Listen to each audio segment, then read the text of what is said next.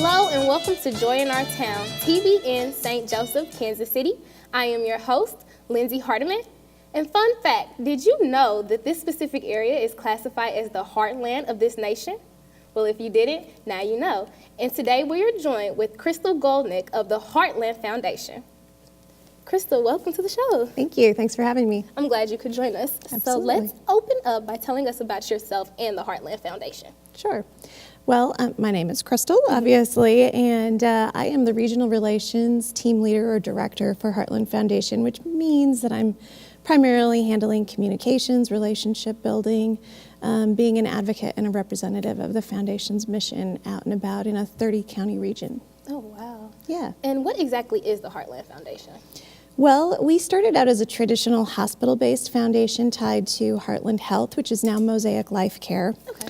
However, in 1994, a little bit before 1994, we really started to understand that healthy communities is a much broader definition. And so we decided as a board back then to really focus all of our attention on education, healthy communities, empowering people, and really steered away from doing really anything for the hospital. We're one of the very only hospital-based foundations in the country that really do nothing for the medical side of things. So, all right, so you said you focus on education. Do you think a person's education can affect their economy and like their health needs and relationships? Absolutely, absolutely. So many studies over the years have shown that people with not only an openness to lifelong learning, but have an ability and openness to further their education, tend to earn higher wages. And when you earn higher wages, you can usually make more decisions about what types of groceries you buy, where you live, how you live, all sorts of things like that. So education is one of the very top key determinants of not only an individual's health, but a family's health and a community's health and a region's health. Right. All right, so what are some of the programs that you offer here to empower the community? Well, we have several things. Okay. And that's actually something that makes us a little unique at Heartland Foundation. A lot of foundations typically only grant money, give out scholarships. We do both of those things. Okay. However, we also do a lot of innovative programming that we've developed ourselves, along with a large group of thought leaders across the country. Some of those are involving youth, some of them involve adults. So, but our flagship program is called Empower You. Okay. And Empower You is really about, it's a challenge-based learning experience. And we have middle school students come in, middle school through adult really, but we focus primarily on middle school because that's the age when a lot of kids make a decision about what sort of citizen they want to be. Right. It's the turning point. It is. It's they're old enough to really understand what that potential is. Exactly. And just what sort of person they want to be in their community. Right. So we bring them in. They're presented with a challenge. They learn a lot about diversity of thought, problem solving, critical thinking, how to collaborate, how to be respectful of each other's opinions, backgrounds, decisions. And together they create a presentation and they present that to a volunteer panel called our Empower You Council. All right. And that panel is usually comprised of adult volunteers from throughout the region who come in and listen to the kids make their presentations. And every single one of those volunteers will say, I just had no idea they were so smart, so creative, so innovative, that they even thought about these things. So that has been a very beneficial program. All right, so, with the program, you have them paired up with the middle schoolers. Is that how that works, or are they paired up with adults? Actually, in Empower You, it's the kids are doing it themselves. It's not a teaching model in any way, shape, or form. It's a facilitated model. And that's really one of the things that makes it different than school, makes it different than a lot of other youth organization programs out there. Our facilitators are professionally trained, and they really guide those students through their conversations, through their research, through their presentations. Right. So they're kind of a sounding board instead of a teacher, hey, this is how you do it. Exactly.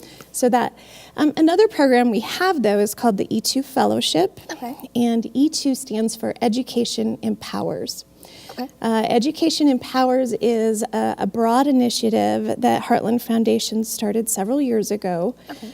It's grown out of a lot of different other programs, but that branding seems to really stick because it's easy to remember. Education Empowers. Right. It's the very basis of our mission, which is to be a champion of education and empower people. So the E2 Fellowship is designed to bring in teams of 3.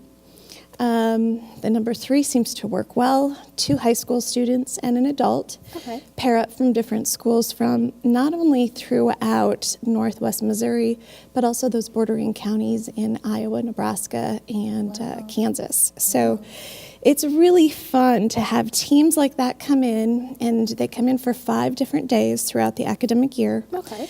And they work on all sorts of challenges, and they really learn a lot about leadership skills, addressing what their own personal values are, so that they can then model the way for others as they learn how to lead. Exactly. You know, and that intergenerational interaction is amazing because we learn so much from each other. Exactly. And the adults in the room have so much to offer from an experience perspective. But at the same time, the youth are so innovative, they're so creative, and they're not really inhibited yet in some of their thinking. So everybody learns, and hopefully what we're doing through that fellowship program is helping grow leaders, but also grow advocates for the whole idea that lifelong learning from birth all the way through retirement or refirement is really important. Right. And so with these programs, how do they go about accessing them? Like, how do they get involved with it exactly? Well, the best way to do it right now is to go onto our website, which is www.heartlandfoundation.org. And we've recently updated that website, so I'm excited to be able to say we have that resource. So yes, you can, there are all kinds of pages and information on there that tell about the different programs that we have. We also have STEAM camps, which are science, technology, engineering, entrepreneurship, art design, mathematics camps. That's what STEAM stands for. It's kind of that STEM and STEAM movement, but helping people really understand how important for 21st century workplace skills that people understand technology and science, and that, you know, algebra is used in business planning, and that, you know, technology, I heard an amazing stat the other day on the radio that 7 billion people, out of 7 billion people, 6 billion actually have smartphones. So when you think about that from a globalization perspective, our kids need to know how all that works. Exactly. So anyway, those programs are talked about on the website, and you can just download the application, send it in, and they just go from there. And we go from there. So our servant leadership team is always willing to answer a question, and so just calling our office and all that contact information is on the website as well. All right. Well, we're going to pause for a second, and we're going to put some information on the screen for our viewers at home. If you would like to get more information about these several programs or just the Heartland Foundation itself, you can give them a call at 816-271-7200, or visit the website, just as Christel said, at heartlandfoundation.org. And through these programs, roughly how many individuals would you say you've helped? Well, since we built our Empower You campus, which is located in downtown St. Joseph in 2007, we have served approximately 67,000 people through that campus. 22,000 of them are youth going through the Empower You program alone. So comprehensively, if you add all of the volunteers that have been involved, you know, for the past 30 years, all of the grant recipients, all of the scholarship recipients, we honestly don't have a good number, but it's thousands, and that's really exciting to be a part of that kind of movement. Exactly. So I know earlier on you said that you started the St. Joseph and Kansas City area, but there's also outside communities. What communities are those? Can you share that with us? Sure. Yeah, we have our headquarters is the Empower You campus in St. Joseph, and but then we have volunteers working really in a 30 county plus region. who attend different collaborative meetings. We have what are called our E2 Education Empowers action teams, Right. focused on early learning. There's one focused on uplifting STEAM activities in our communities, and another one called Pathways to Prosperity, which is just helping parents and grandparents and business owners and students themselves really understand that there are multiple different paths to prosperity. Exactly. Some require a college degree, some require a doctorate degree, some require technical training, some require on-the-job experience or, certificated programs, 2-year associate degrees. There's a wide range now Right. of training that are appropriate, matched for the type of career that that young people want to go into. Right.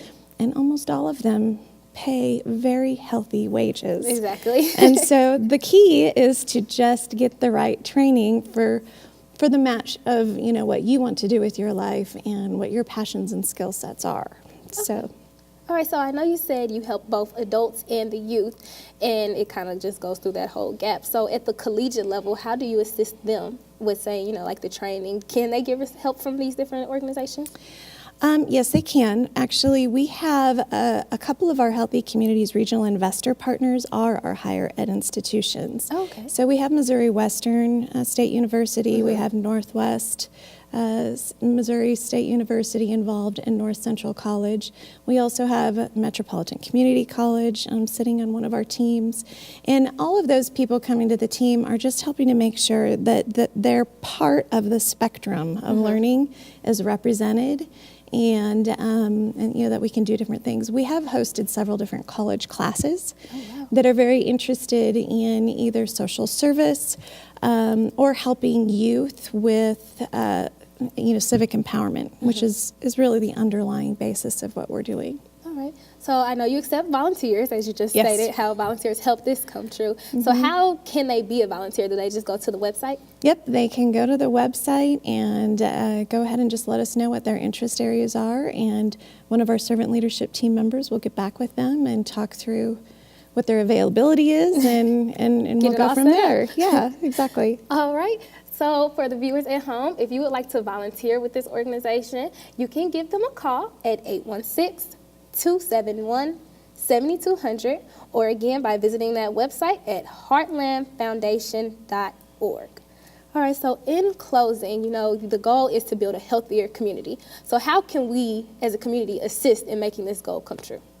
Honestly, one of the best things all of us can do, regardless of our age or economic level, is to simply uplift our youth. We need to connect with them. We need to get involved in our community organizations, our social service organizations, all of those groups, because when we're not connected, we're isolated, and it shows. And so honestly, just uplifting youth and making sure that if there's a young person in your life, to say good job and point out what the different possibilities for their future are, especially what their possibilities are for their future right here. It's amazing how much innovation is going on and economic development is going on right here in the heart of the heartland. And so we want our youth to stay here. We want them to understand their potential. Exactly. And just honestly being a model of hope and exhibiting a positive attitude is a great way to help. Exactly. All right, well, Christel Gollnick, thank you for joining us. Thank you for having me. And thank you, viewers, for tuning in to Joy in Our Town, TBN St. Joseph, Kansas City. I am your host, Lindsay Hardeman, and we'll see you next time.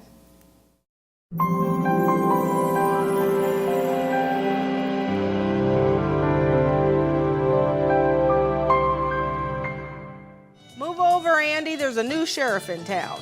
I'm Kimberly Warren. Hang on to your seat. You are watching Joy in Our Town, and today our hot topic is your safety. Captain Tiger Parsons, welcome to the show. Thank you. Well, it's good having you here representing the Buchanan County Sheriff's Department. You're no novice at this now, right? How long have you been in law enforcement? Law enforcement, serving this community, just started my 24th year. Wonderful, fantastic. Now, you also spent time with the police department. Some people may be confused. What are your responsibilities and jurisdictions, and what's the police department's, and where is that dividing line? The city police department is tasked solely with taking care of everything inside the city limits. Okay, it's a very concentrated area. You know, you have a really concentrated number of people. So they have a lot of officers who are really taking care of that. We handle everything outside the city limits. Now, everything outside city limits as well as inside is in Buchanan County, but it's just kind of an agreement we have with them. They've got the numbers. They can concentrate on this. We handle the county. If we run across something in the city, we help them out. We take it if they're not available, and they help us. We've actually had them come out in the county and assist us a number of times when we have issues. So though there's a distinct line of responsibility there, we've always worked as a team, and it's really not an issue. In your role as captain, you deal with the SWAT team, you deal with the patrol division and community resource officers. How do you prioritize that, or does it kind of tell you what needs, the area of concentration? Well, and that's one of the great things, about being captain of the division is I've got sergeants that handle my shifts, and I've got 4 very competent guys. So all I have to do is say, hey, we need to get this done, and they handle it. Okay, and that's kind of, you got to delegate that authority, give them the authority to do what needs to be done, and they handle it with their personnel. So that kind of handles itself as far as day-to-day stuff. You're obviously going to have issues come up you have to deal with. The SRT team, SRT is SWAT. I'm a co-team leader with Sergeant Ozaka with the city, and we have a commander that oversees us. So same thing, we have a chain of command. He says this needs to be done. Sergeant Ozaka or I will handle it. So, and that's a true group of professionals. There's not a whole lot of naughty. These guys know what they're doing. So it's a very easy group of guys to lead. And the school resource officers, we have Corporal Sarah Harden, who was just promoted to corporal. She oversees the 5 school resource officers. So that's the cool part about being the captain is I have competent people working for me that handle the day-to-day stuff. And then I just get to deal with the stuff that isn't so day-to-day. Talk a little bit more about those school resource officers. Many people may not know that we're not going to be reactive, but we already have placed officers in just about every school. Absolutely. The county put an initiative on the ballot, and they passed some additional funding. The public did to put school resource officers in our schools in the county. At the current time, we have 5 schools in the county. We have 5 full-time school resource officers. So anytime those kids are in school, there's a deputy there. These guys and gals know the teachers. They know the kids. They're getting to know the parents. They know the area. They know the issues. It's a little community in each one of these schools, and these guys are tied to that school and that school only. So they totally learn it. They know it. They take some ownership in it. And the parents, the teachers, the administration has all jumped in on board, and it's been very successful.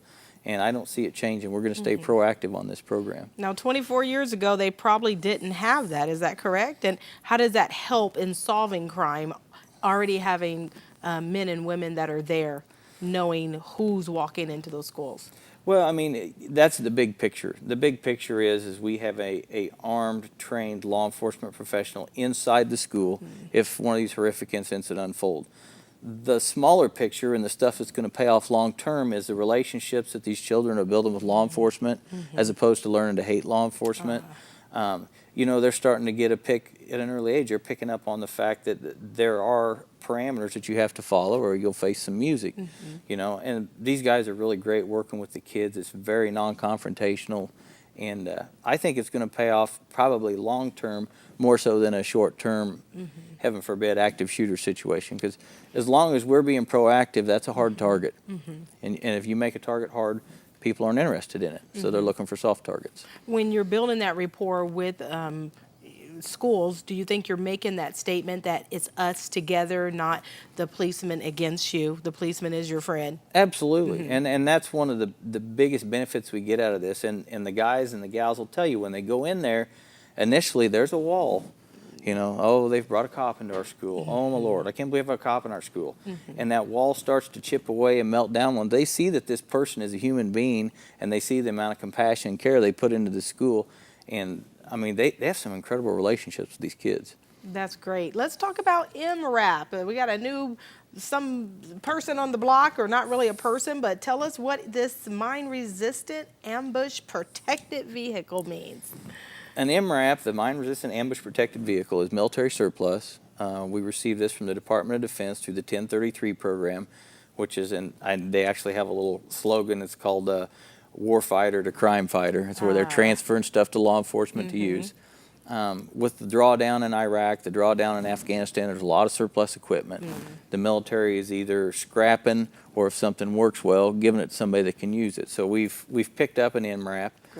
It's basically a 46,000-pound armored vehicle, very large. Mine resistant. You don't expect us to have explosions No, here you know, in this and all-American city a lot now? of people get hung up on that. No, we're not going to have explosions. I would assume not, and no mines, and probably no rocket-propelled grenades. But when you're looking ahead at the future and you're doing contingency planning, you look at worst case scenario. What could we possibly have to deal with, and are we ready?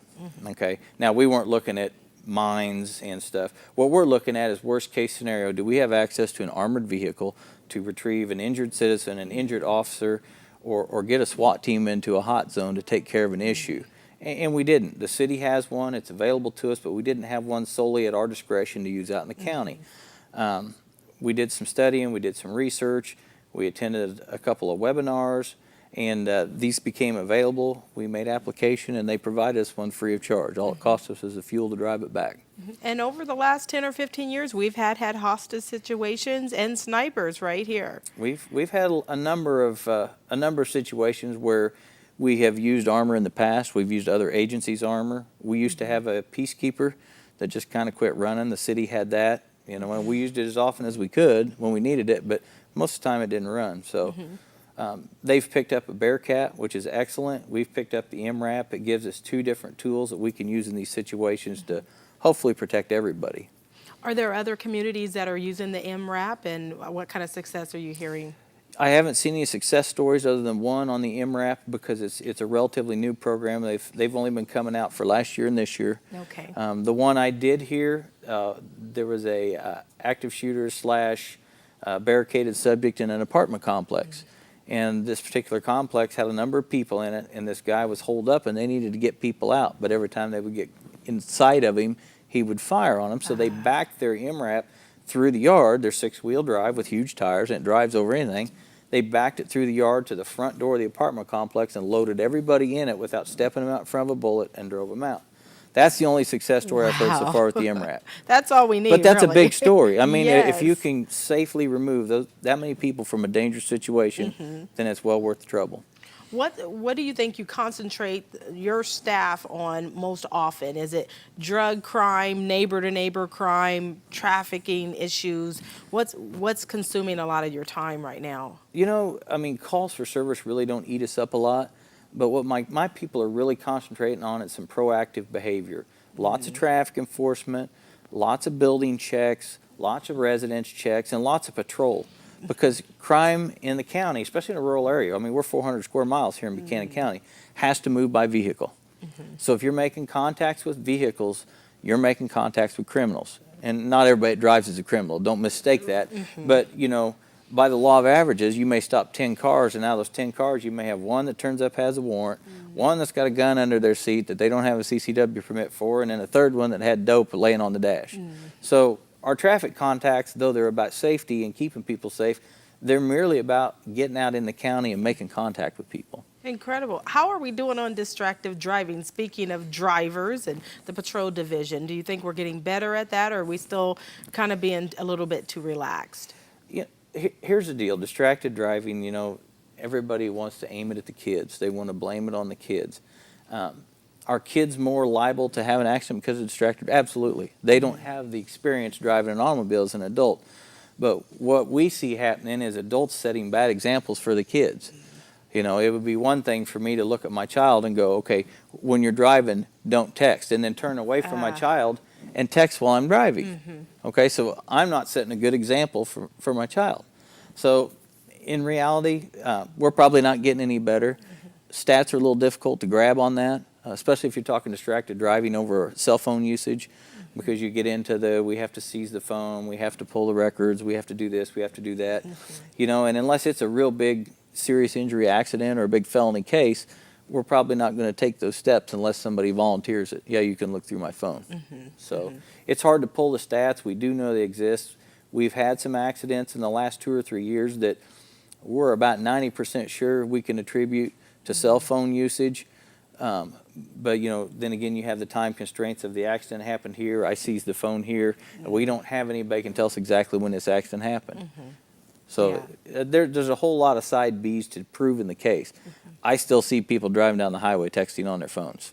Right. Put it that way. So what are some of your top tips, safety tips for driving safe for a teen or for anybody? For any of us. If anything takes your hand, eyes, or mind from what you're doing operating a car, don't do it. Including makeup, newspaper, radio, double quarter pounder with cheese. I mean, there's 100 things that we do, and we all do it, and I'm not going to say I don't, but we all do something that takes our mind or our eyes off the road for a second, and that's all it takes. So if you address the whole realm of everything we do, the easiest thing to say is this going to take my mind or my hands off of what I'm doing? And if it's yes, it can wait. Because it just happens like that. Yes, it does. Is distracted driving still one of the #1 causes for accidents or deaths, or it's up there? It's up there. Careless driving is probably the #1. People just operating well beyond their capabilities or their vehicle's capabilities. And a lot of that can always contribute. There can be a second contributing factor. It can be alcohol. I mean, we have a lot of people fall asleep, people that work, you know, a couple hours away, work a 10-hour shift, drive back home. We have several of those a year where they fall asleep and they crash. So there's a lot of different factors, but anything that takes your mind off, which would be distracted driving, would be a contributing factor. Right. In closing, we only have about a minute left. We're going to have you come back, Captain Parsons. Tell us a little bit about Watch Residents Program. We know about Neighborhood Watch, which is ongoing, but what is Watch Residents Program? The Residents Watch program is great. What we do, if someone is going to be out of town, unavailable, they've got a funeral they're going to be, so it's any reason, they can get on our website, Buchanan County Sheriff website, and there's a form that allows you to fill out when you're going to leave, when you're going to return, who's going to be looking after the house, if somebody's going to be feeding the dogs, what are they going to be driving, how many lights you're going to leave on, and a contact number.